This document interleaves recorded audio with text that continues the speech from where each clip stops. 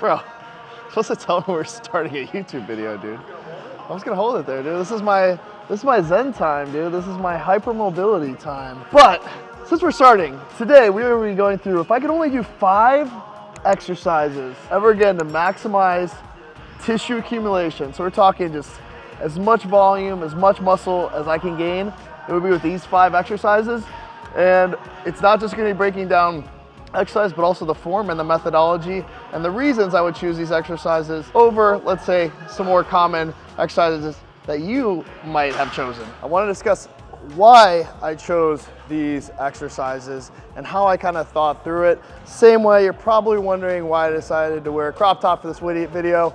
I have no answer for that, but for my exercises, number 1, I wanted to select exercises that can encompass all muscle groups of our upper leg. So we've got mainly quads, hamstrings, glutes, adductors. That's what's really going to fill out your leg. So we've got quads here, adductors, which are highly underutilized in many exercises. We've got glutes, which I obviously have way too much of, and hamstrings, which I've been trying to bring up. But number 2 is what exercises are going to help us maximize mechanical tension. So mechanical tension is essentially the amount of stimulus that we are driving into the target muscle group. So the more we can use good range of motion, good loading, and keep ourselves as safe as possible and keep our joints healthy, that's what's gonna give us the best bang for buck. All right, number 3, we are gonna be looking at stimulus to fatigue ratio. So if we can drive more stimulus while minimizing injury risk, minimizing the time it takes us to recover, so you're not feeling like, oh my God, I just got hit by a truck for 3 days after you train legs, it's going to help you come back faster, train them again, and continue to grow. And number 4 is stretch biasing. So as we know, it's very, very efficacious, you guys love when I use that word, to push ourselves and maximize load in that stretch position. So you'll see me often today use different techniques such as these foam pads on this leg press or an elevated foot for some of the exercises in order to get more stretch in that target muscle group so we can do 2 things. One is get deeper in our rep, which is going to inevitably lead to more torque, more mechanical tension, and secondarily, also keep us healthier, because if we can get into that stretch position under load throughout the workout, and that's why I actually don't do any mobility work outside of my training. I let my training do my mobility work for me. So without further ado, let's get into exercise number 1. Okay, so leg press, one of my favorite movement patterns. It's going to do a number of things, but it's going to drive a ton of stimulus into our quads, glutes, and adductors based on this deeper form. And I'm going to use these yoga blocks here just above where my glutes would sit. So basically I have glutes and then roll my lower back over them. What that's going to do is 2 things. 1, give me about 3 to 4 extra inches of range of motion. We all love a good extra 3 to 4 inches, as you know. And secondly, it's going to put you in that nice arch back position, keep us safer when we get into these deep positions. One thing we're first noting, guys, use the weight to push you down, but not to the point where it starts to roll your lower back off. That's the only time this can get dangerous. But you'll see for me, I've worked myself so much into this position that I don't really need to worry about my lower back coming off. So, I know, let's go.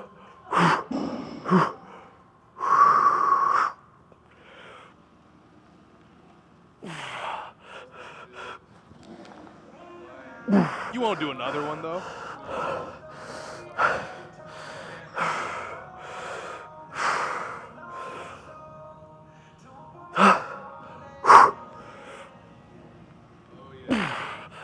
You won't do another one. You just won't. You just can't. I don't think I got it, dude.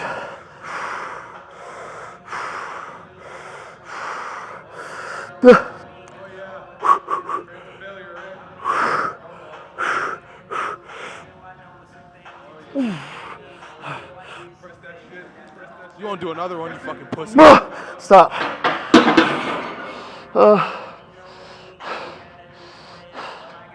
Told you you wouldn't do another one, bro. Fuck you. All right, number 2, we have our hack squat. I'm gonna show you guys how I set it up a little differently, but most of these hack squats don't have this nice foot plate. I put it up in the highest position, which is great because it gives you a little more range of motion, and it puts you into that kind of toe up position, get a lot more quad drive. But alas, that's least important. What I like to do is put this half foam roller, if you only have a full one, that works as well, right here underneath where the shoulder pads are. And then I'm gonna slide myself underneath and still arch my back And what that puts me in is a really nice posturally corrected position. Chest is already opened up. Feet, I want to go just in front of body. So if hips are here, I want to have like heels lined up right around my glutes. And then what I want to do is have feet just about shoulder width or just inside, so that when I look down, I'm basically looking straight down at my toes. I don't want it to be in front of me. If my toes are up high, it's gonna be mostly glutes. It's also gonna limit range of motion. So nice narrow foot placement.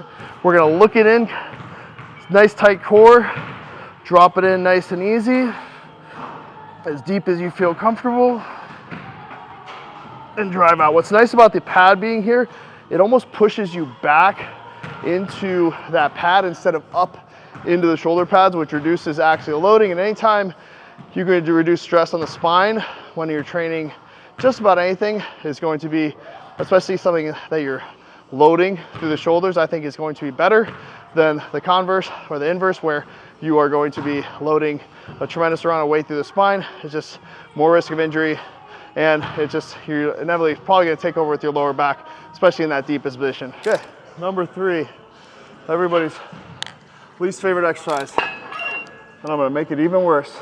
Surprise, surprise. I'm going to make this a deficit Bulgarian split squat, because why not, right? Let's make the mechanism of the movement, meaning getting deeper and getting more flexion in the knee, make the movement harder and get more torque, as opposed to trying to load this thing super duper heavy. So, not to say we're going to load it light, but the deeper we're getting the rep, the more quad stretch we're going to get, the more knee flexion, the more growth, but also in the glutes. So this is probably my number 1 glute building exercise, even above glute bridges. And glute bridges are a very high honorable mention. So do not skimp on your glute bridges if your glutes suck. But if you only have one exercise to pick, this is great too, because you got a shit ton of adductors, hip flexors, rec fem, quads, everything, as well as glutes. So biggest form cues, I want to see chest open, slight knee over toe. I want to get as deep as you can comfortably without feeling lower back discomfort.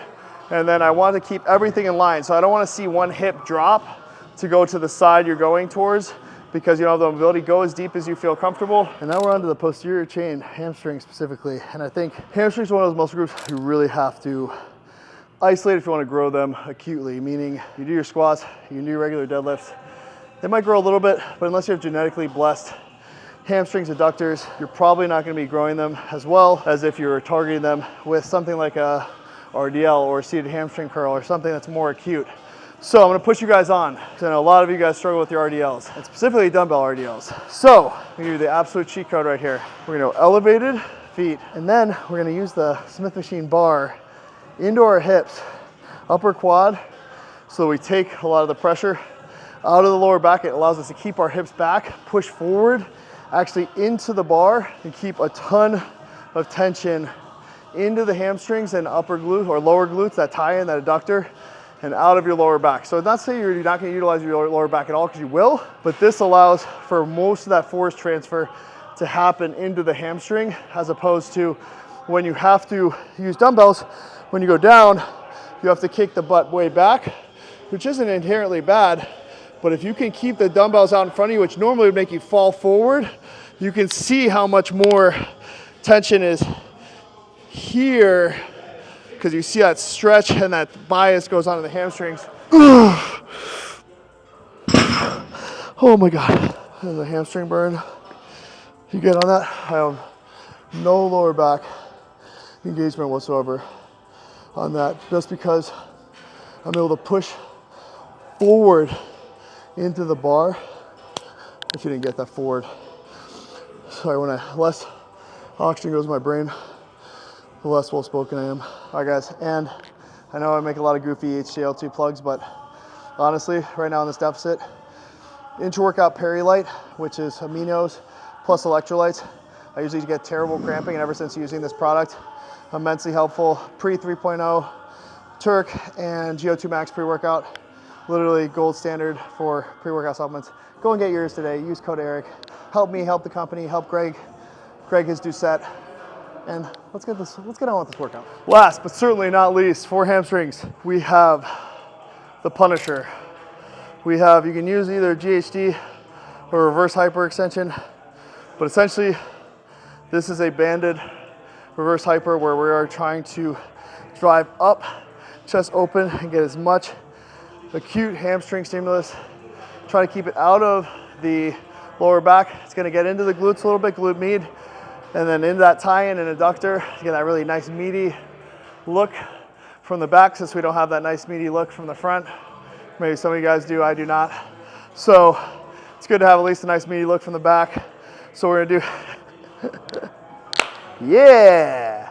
All right, so what we're gonna do is set this up so it's right about quad. Some people set this up too high, and then inevitably, when you get down to the bottom position, it's just gonna like give you too much assistance. You don't wanna be so far down your leg that it's like here, but right in that middle ground, almost the same place we set up that bar.